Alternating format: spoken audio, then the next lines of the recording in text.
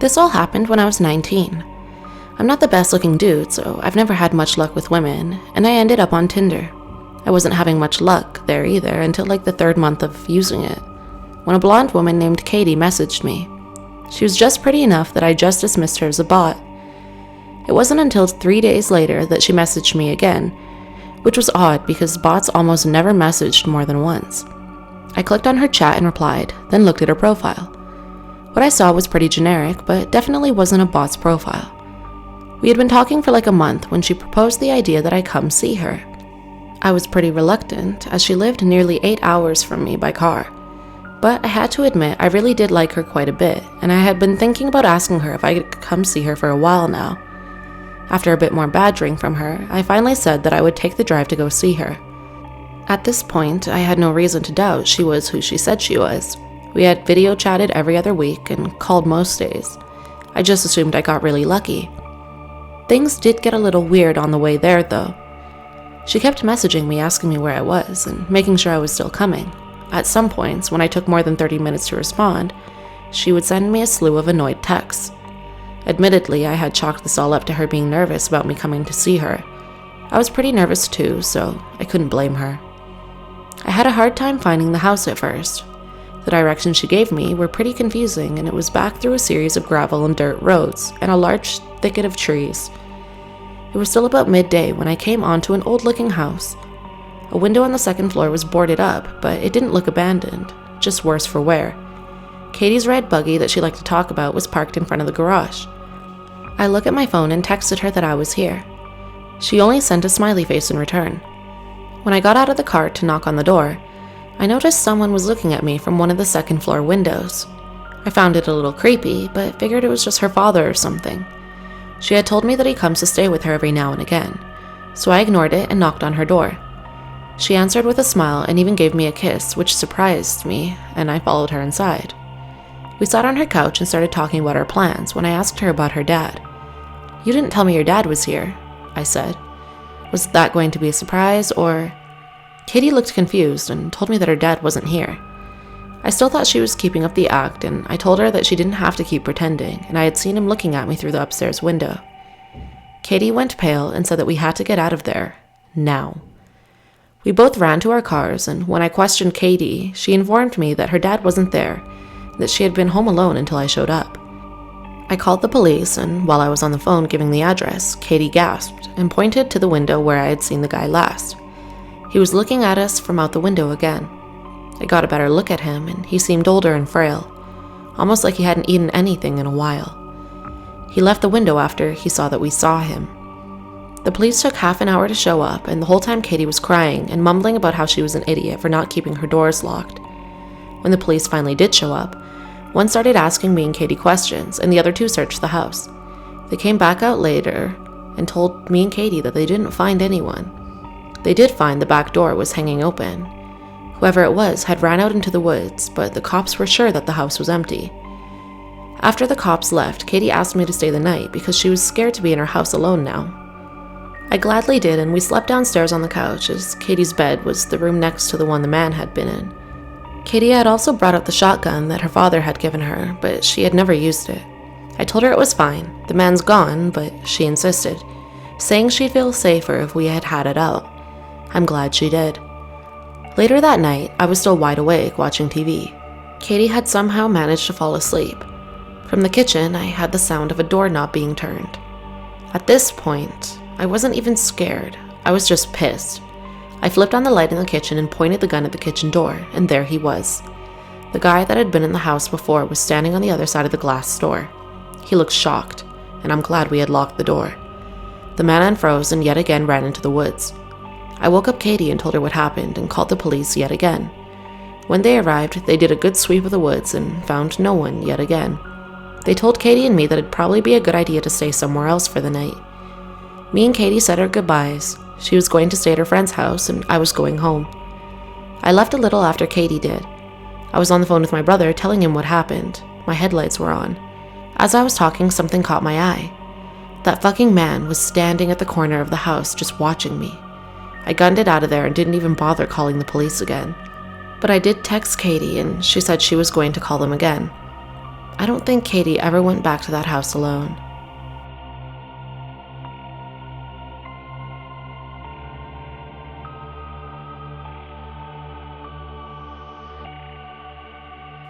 This story is nowhere near as harrowing as some that I have read here, but when I found this subreddit, I knew I wanted to share this experience here.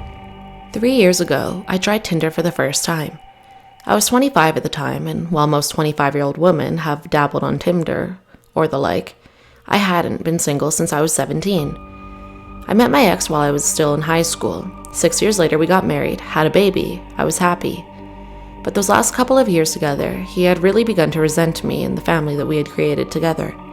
I fought to keep our relationship together, but the abuse became more and more frequent and more intense. It got to the point where I took our baby and fled the house in the middle of the night. My mind was scarred and my heart was raw. It was a really difficult time in my life. A couple of months after I had left, I had a new home, a new job, a new renewed sense of life. I was starting to open up and could feel myself healing. I was, however, lonely. I was just adjusting to shared custody and spent my weekends alone.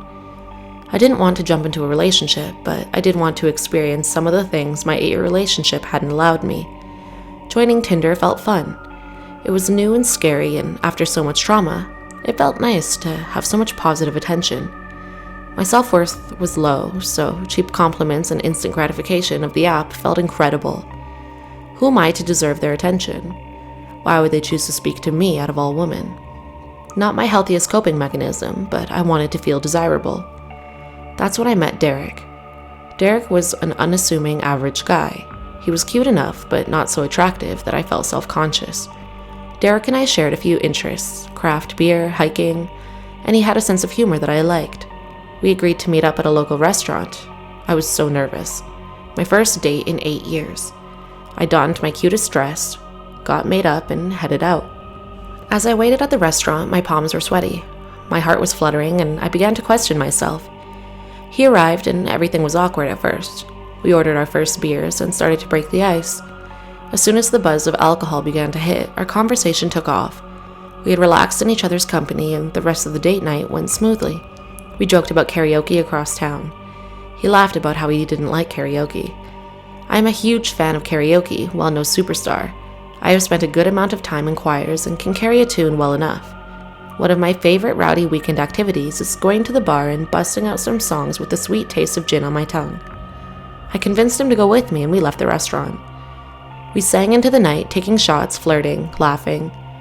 We ended the night in his truck, clumsily fumbling with each other's buttons and zippers, hearts racing with excitement. This had been what I needed.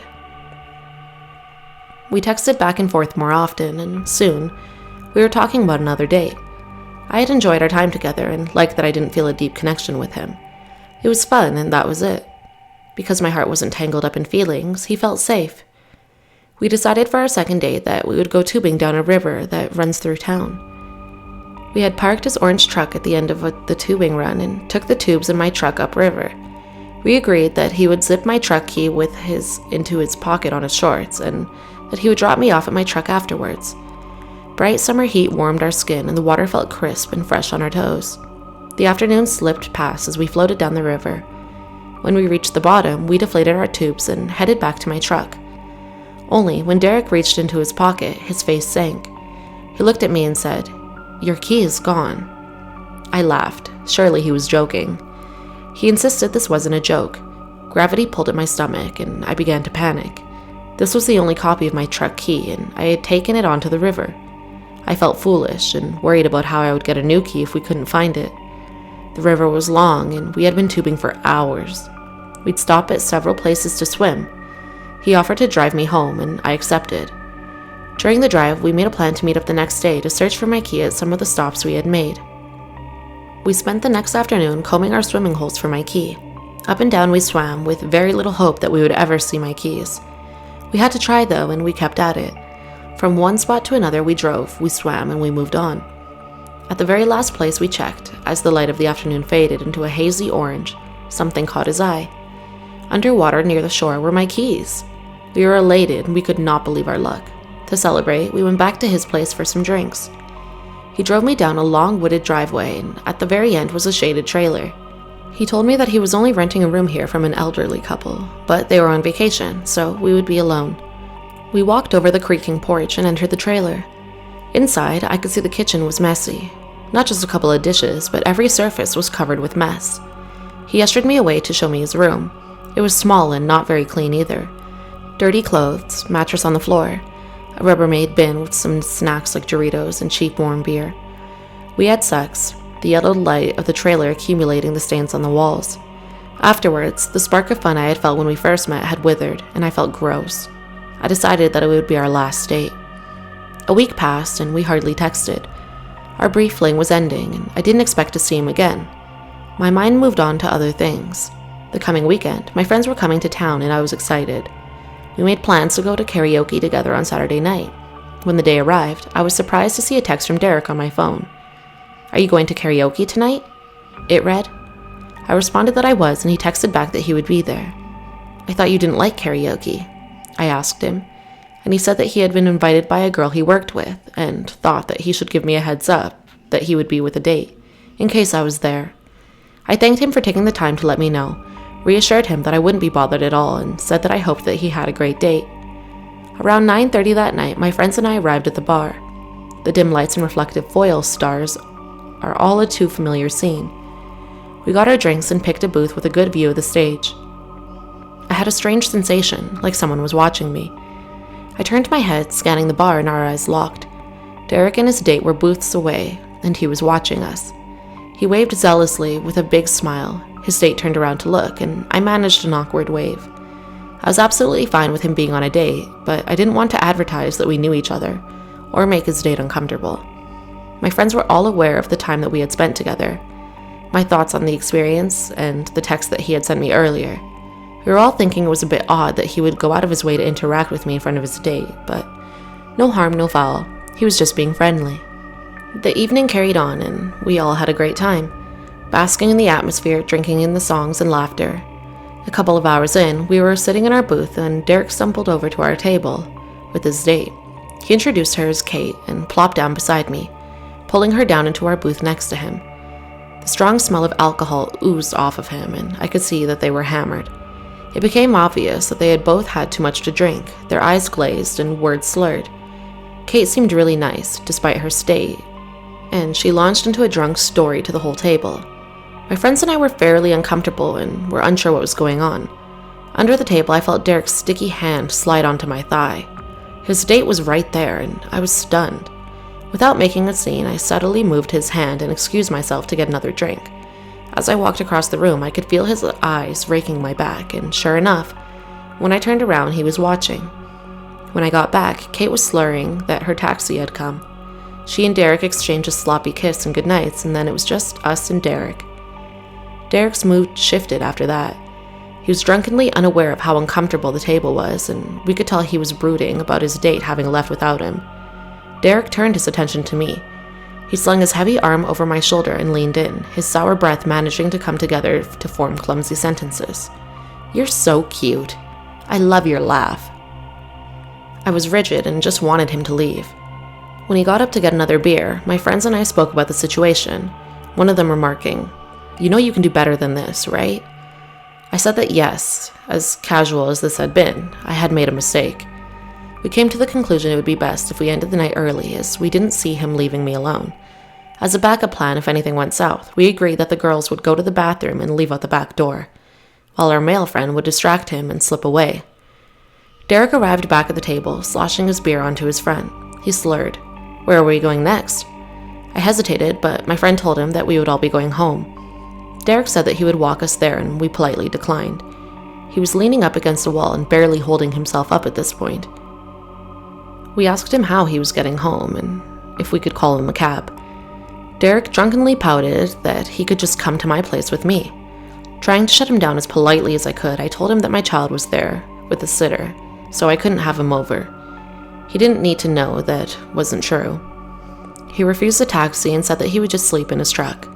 Since his eyelids were drooping and looking at the rest of his state, it seemed reasonable that he would be able to fall asleep in a truck, and we accepted that answer.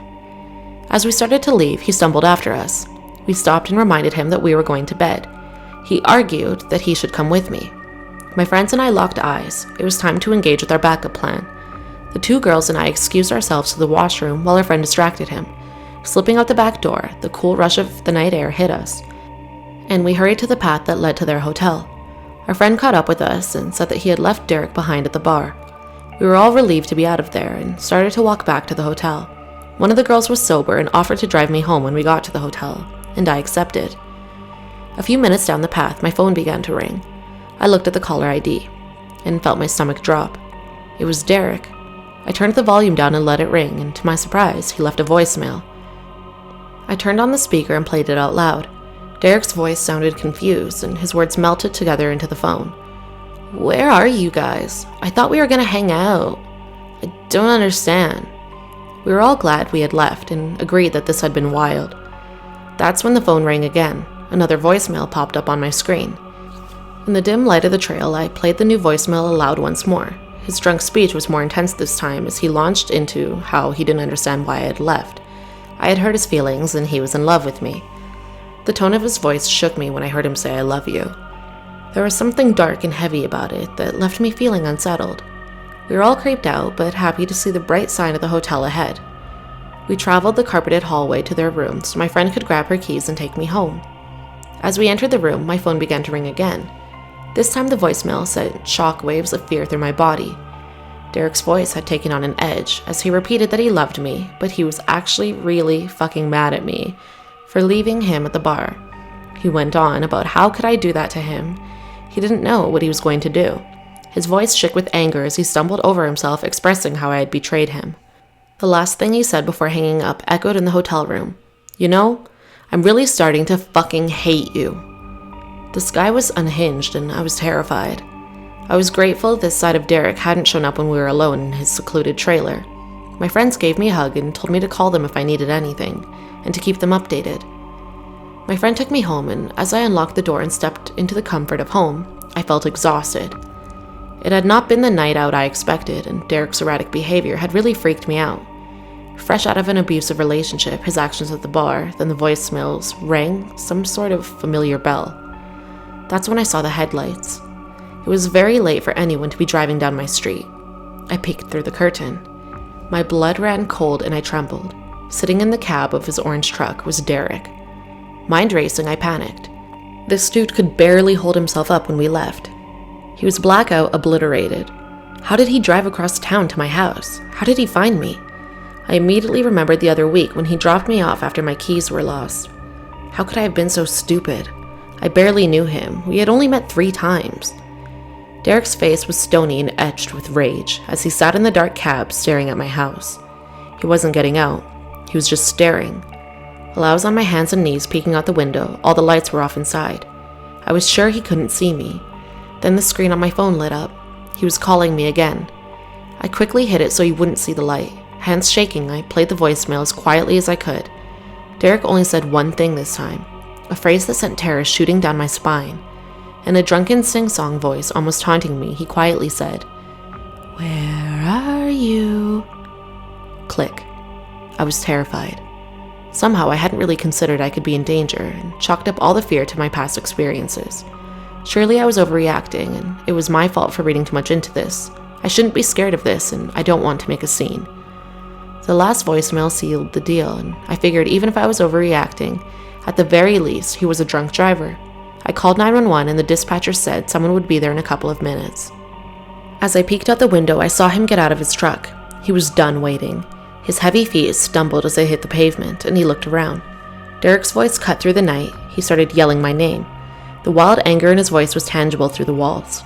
He just yelled into the street, "Where are you?" Derek started to stumble towards my house when the flashing red and blue lights cascaded down the street, lighting up his face and highlighting every ounce of rage carved into his features. 2 police cars pulled up and the officers got out. I was still peeking out from inside my dark house and couldn't hear much of what was happening. I watched them breathalyze him, which he obviously failed. The officers inspected his truck. They all spoke for a while, and one of the officers came to my door. I spoke to him about what had happened, and he was very empathetic. He said, as unsettling as his actions had been, there wasn't much they could do without a direct threat. The officer let me know that they would be taking him in for the night and he would be charged with drunk driving, but that he would be out tomorrow. and to make sure I kept my doors locked and stayed safe. The tow truck came to remove his orange truck from the road as I could see them arguing. The officers weren't having any of it, and they turned him around to cuff him. As the handcuffs locked around his wrists, he yelled out one last time, looking directly at the window I was peeking out.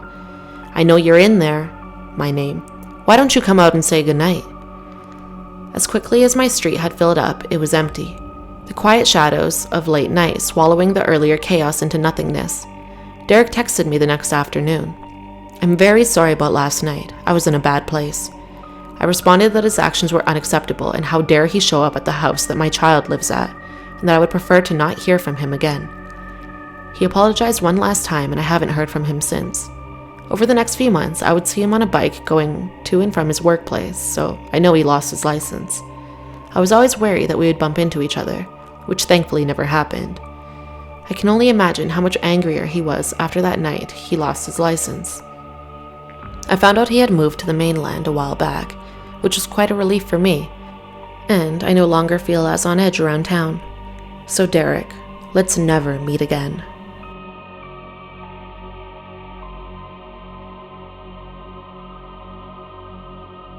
Thank you all for watching this video. Don't forget to like, comment, and subscribe, and be sure to turn on my notifications. I will leave the author's Reddit links and the links to the stories down below. When it comes to online dating, please be sure to be safe and always make sure that somebody knows where you are and who you're talking to.